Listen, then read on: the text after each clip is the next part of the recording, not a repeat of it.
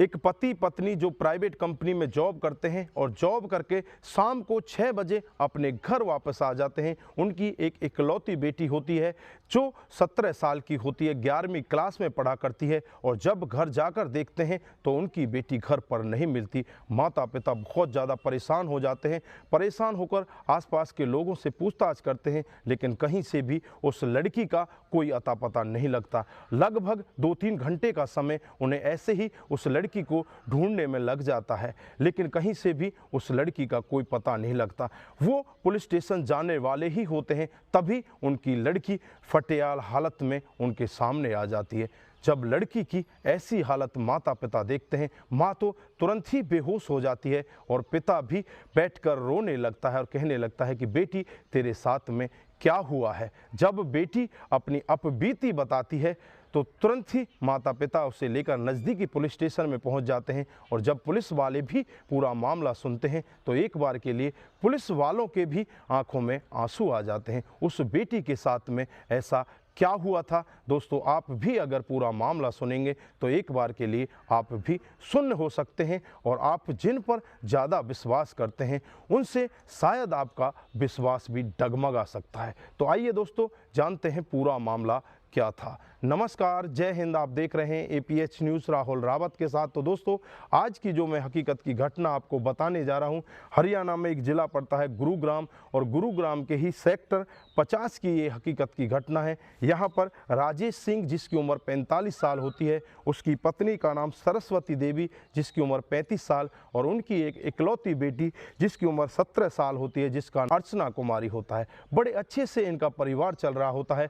जो माता पिता होते हैं वो एक प्राइवेट कंपनी में जॉब करते हैं, दोनों ही एक ही कंपनी में काम करते हैं। सुबह जाते हैं और शाम को एक साथ दोनों घर आ जाया करते हैं। जो इनकी साल की बेटी होती है वो स्कूल में पढ़ती है और 11वीं कक्षा की वो छात्रा होती है। दोस्तों धीरे धीरे ऐसे ही समय बीतता रहता है। इनका एक दोस्त भी होता है जिसका नाम होता है अशोक मंडल और जिसकी उम्र होती है 28 साल, जो माता पिता की ही कंपनी में काम करता है और इनके परिवार का ही सदस्य बन जाता है। जो लड़की होती है वो भी इसे बड़ा भाई बुलाया करती है। एक दिन का वाकया होता है 8 सितंबर 2022 को, जब अशोक मंडल कंपनी नहीं जाता और उस लड़की के घर पहुंच जाता है और जैसे ही वो स्कूल जाने के लिए तैयार होती है तो उसे स्कूल जाने से रोक लेता है और कहने लगता है कि आज मैं कंपनी से छुट्टी लेकर आया हूं और माता पिता ने मेरे को यही कहा है कि तुम हमारी बेटी को आज घुमा लाना, तुम स्कूल से आज बंक मार दो, छुट्टी कर लो, हम घूमने के लिए चलते हैं। बेटी आंख बंद करके उस लड़के के ऊपर विश्वास कर लेती है और तुरंत ही अपना बड़ा भाई मानकर उसके साथ चल देती है। और जैसे ही वो दिन भर घूमते फिरते हैं उसके बाद जो अशोक मंडल होता है उसके दिमाग में कुछ और ही चल रहा होता है। वो सेक्टर 30 में अपने दोस्त के कमरे के ऊपर जाता है और वहाँ जाकर उस लड़की को कमरे के अंदर बिठा देता है। फिर उस लड़की के साथ में जोर जबरदस्ती करने लगता है। वो लड़की रोने लगती है, चीखने लगती है, चिल्लाने लगती है और कहने लगती है कि तुम तो मेरे बड़े भाई हो, तुम मेरे साथ में क्या कर रहे हो।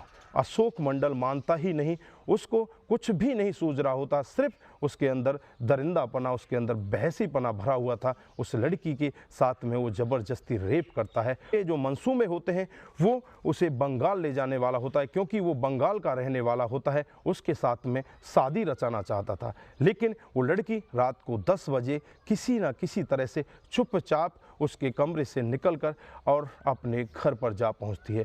और जब माता पिता उस लड़की को इस हाल में देखते हैं, माता पिता को सारा मामला बताया जाता है, तो माता पिता की भी आंखें फटी की फटी रह जाती हैं, उनकी आंखों में आंसू आ जाते हैं। तुरंत ही नज़दीकी पुलिस स्टेशन में पहुंच जाते हैं और पुलिस स्टेशन में जाकर पूरा मामला बताया जाता है। तो पुलिस वाले भी कहीं ना कहीं यह मामला सुनकर दंग रह जाते हैं। तुरंत ही पुलिस वाले भी एक्शन मोड में आते हैं और अशोक मंडल को उसके कमरे से गिरफ्तार कर लिया जाता है। और जब अशोक मंडल से पूछताछ की जाती है तो अशोक मंडल भी अपना जुर्म कबूल कर लेता है और वो कहने लगता है कि मैं इस लड़की से प्यार करता था और मैं इससे शादी करना चाहता था।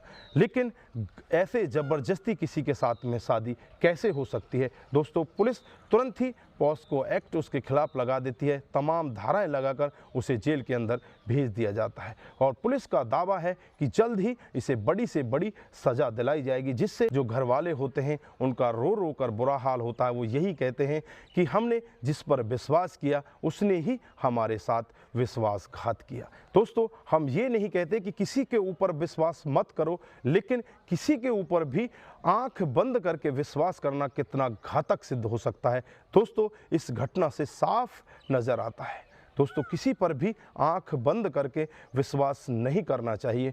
अपने बच्चों का विशेष ध्यान रखना चाहिए। अगर हमारे बच्चे कहीं जा रहे हैं, कहीं आ रहे हैं या किसी के साथ उठ बैठ रहे हैं तो उनका हम विशेष ध्यान रखें, जिससे कि हमारे साथ में ऐसी घटना को अंजाम ना दिया जा सके। तो दोस्तों, अपने आप का ज़रूर ख्याल रखें, अपने परिवार का ख्याल रखें। आप जहां भी रहें सतर्क रहें, सावधान रहें और ऐसे क्राइम को अपने आसपास ना होने दें। नमस्कार, जय हिंद, जय भारत।